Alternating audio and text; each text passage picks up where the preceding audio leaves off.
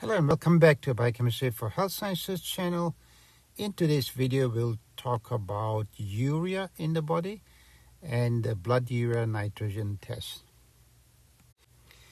A blood urea nitrogen or BUN test is typically ordered by clinicians as part of the comprehensive metabolic panel. Now you have to differentiate between the BUN test as well as the serum urea. Now when we talk about urea, we're talking about the whole molecule, which has a molecular weight of 60. But when you're talking about urea nitrogen, then you're only talking about these nitrogens here. Each nitrogen has an atomic weight of 14, so the total nitrogen is 28.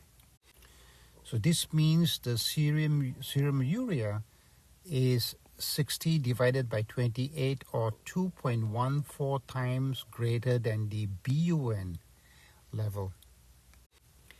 In the United States, the BUN is typically what's ordered. So the reference range or the normal range is 7 to 18 milligrams per deciliter. In Europe and several other countries, it's the serum urea that is ordered, and the reference range there would be 7 multiplied by 2.14 will give you 15, and 18 multiplied by 2.14 will give you 39. So please note these differences whether you're doing the BUN test or the serum urea test.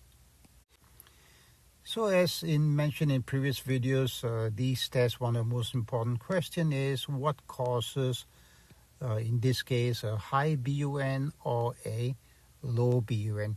And you can see the reference range here for this lab, for this hospital, is 7 to 18 milligrams per deciliter.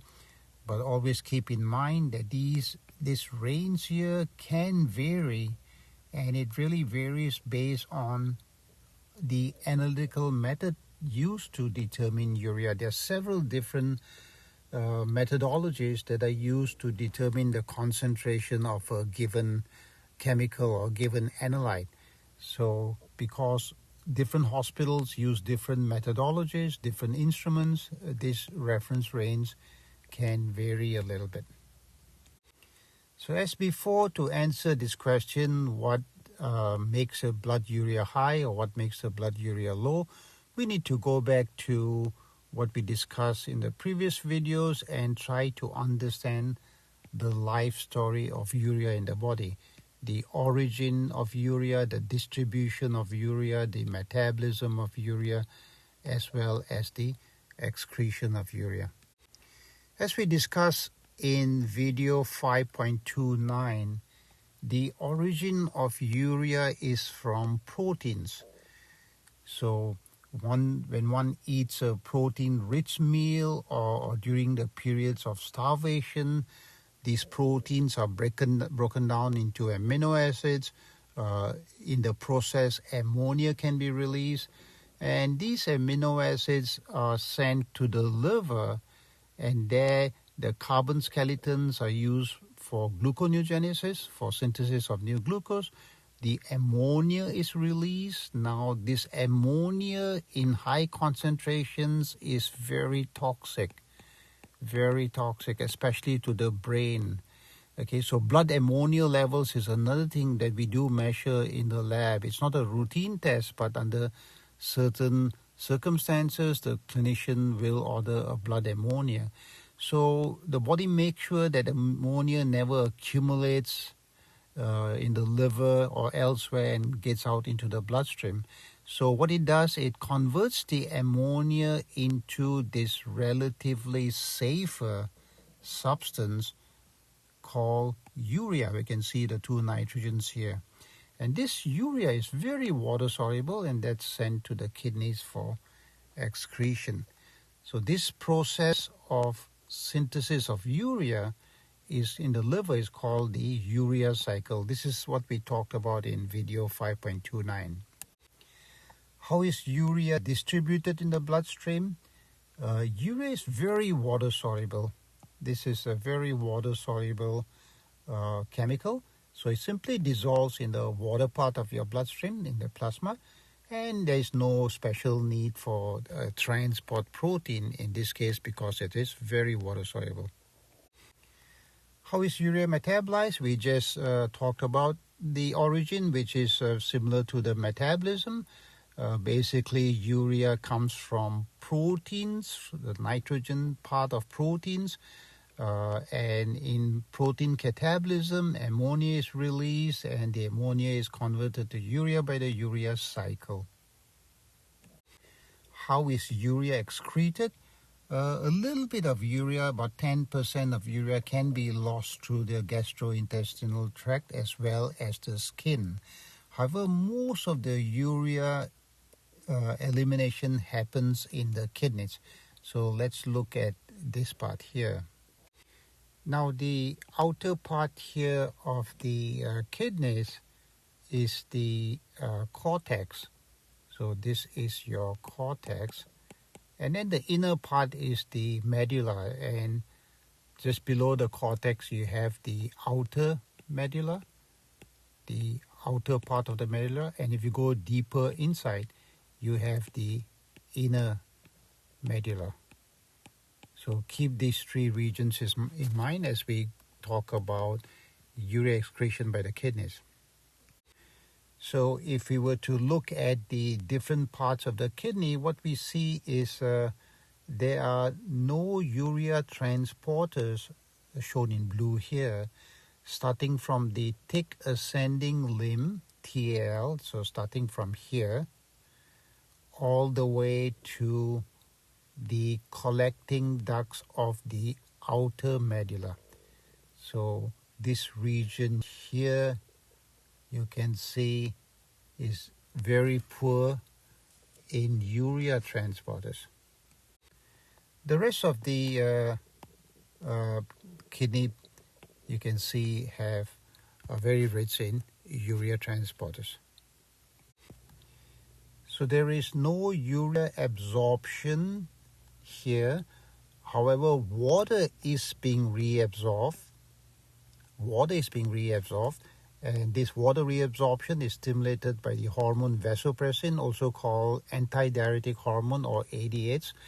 So because water is being reabsorbed but not urea, so the urea concentration starts increasing as you go from the cortex to the outer medulla. Now, once we hit the inner medulla, there are urea transporters. So this urea here will be taken up by apical transport proteins such as UTA1 and then sent out into the interstitium by basolateral transport proteins such as UTA3. So this reabsorption of urea into the interstitium will produce concentrated urea in the interstitium of the inner medulla. So the urea concentration here will be very, very high because of this reabsorption. Now, some urea is also eliminated into the urine. Now, urea has a very small size. It has a very high water solubility. So the urea in the afferent arterioles is readily filtered through the glomerular filtration membrane, and from the bloodstream, the urea enters the proximal convoluted tubule.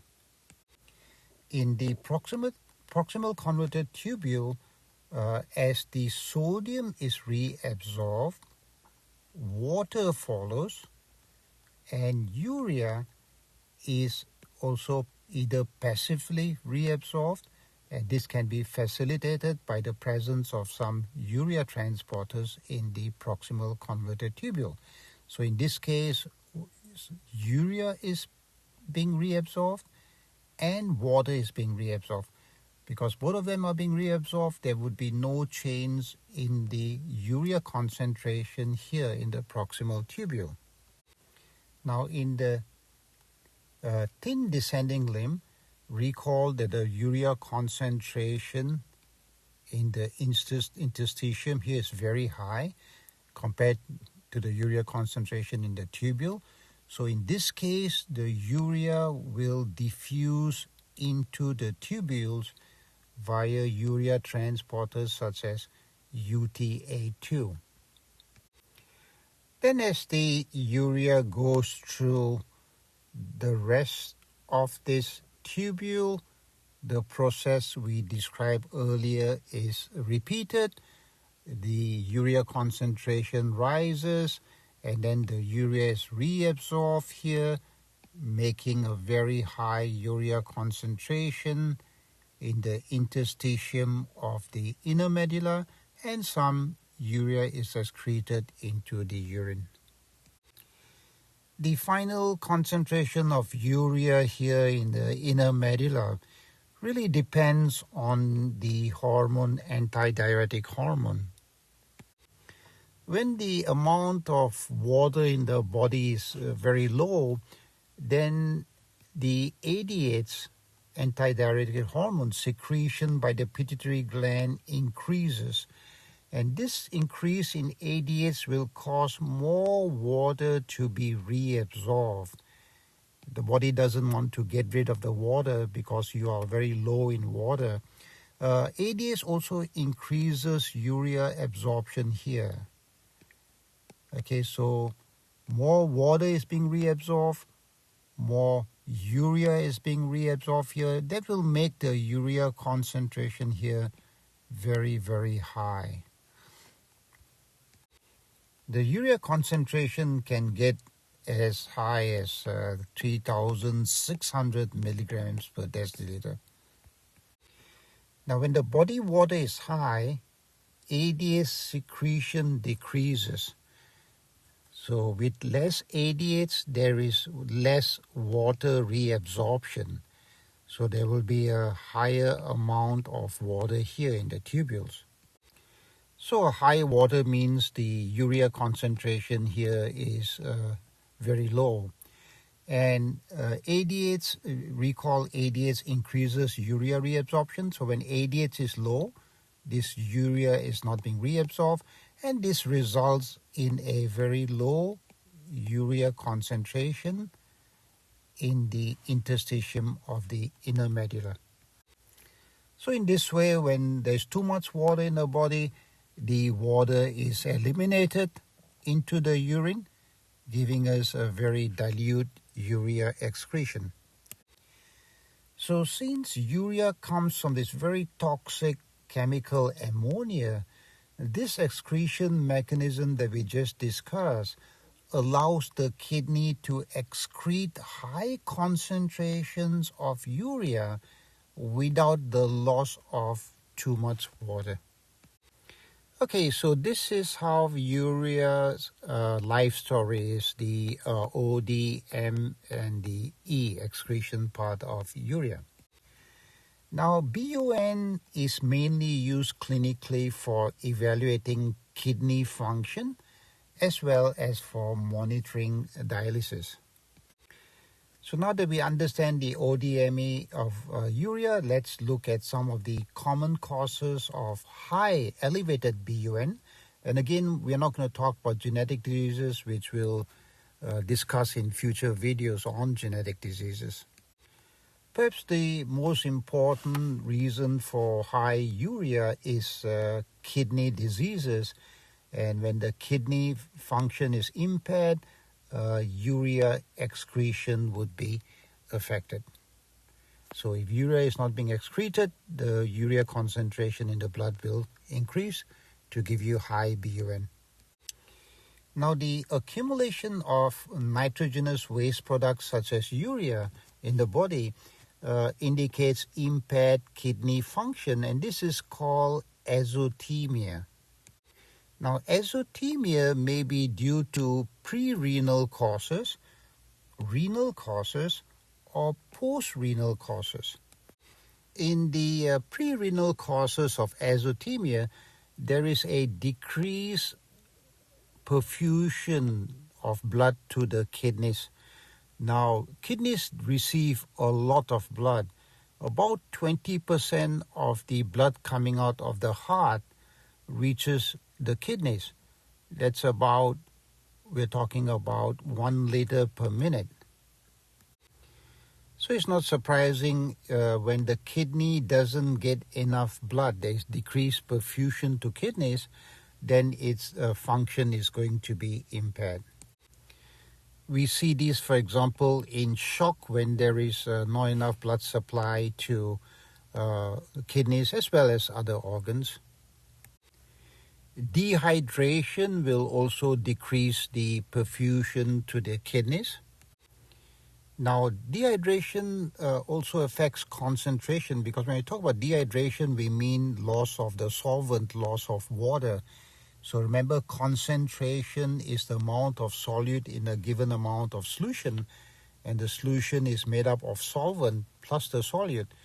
So if the solvent volume goes down as in dehydration, the concentration will increase.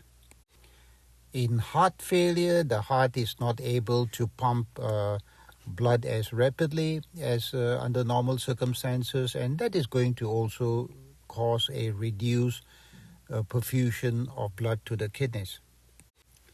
So these are some of the pre-renal causes of azotemia. The renal causes of azotemia is mainly due to diseases of the kidney, whether it's chronic kidney disease, acute kidney disease, or the presence of kidney stones. These are all going to affect the functions of the kidney directly. The post-renal cause of azotemia is mostly due to obstruction to urine flow, either through the bladder, the ureter, or the urethra.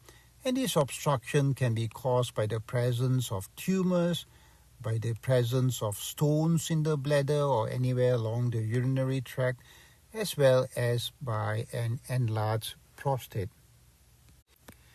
Another reason for high BUN is a high GI protein intake, which can happen either if a person ate a lot of proteins or if there is GI bleeding.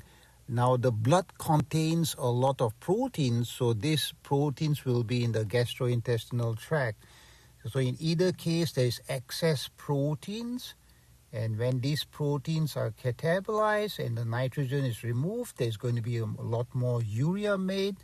And if this urea is not overwhelms the excretion by the kidneys, then the BUN can increase. Increased protein catabolism can increase BUN.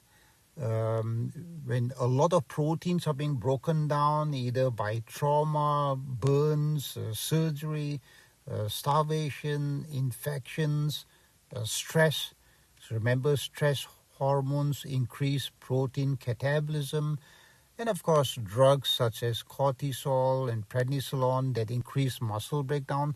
So if a lot of proteins are being broken down, a lot of urea is being made by the liver, and once again this can overwhelm the excretion capability of the kidney and lead to increased BUN. Okay, what about low BUN? This is not very common, and clinically this is usually not a cause of concern, but we can see that if there is severe liver disease, that might reduce the BUN because the liver is what makes the urea. If there is not enough proteins, since urea comes from proteins, malnutrition can decrease BUN. And then pregnancy. Pregnancy can affect increase the kidney function, and by enhancing kidney function, getting rid of the waste much faster than usual, that can lead to lower BUN. So besides BUN, we have another very important test for kidney function, and that is creatinine. And then if we divided these two, we get what's called the BUN creatinine ratio. So in the next video, we'll talk about creatinine, the BUN creatinine ratio, and then we'll talk a little bit about the estimated glomerular filtration rate, or EGFR. So until the next video, thank you very much for watching. Have a wonderful day. We'll see you in the next video.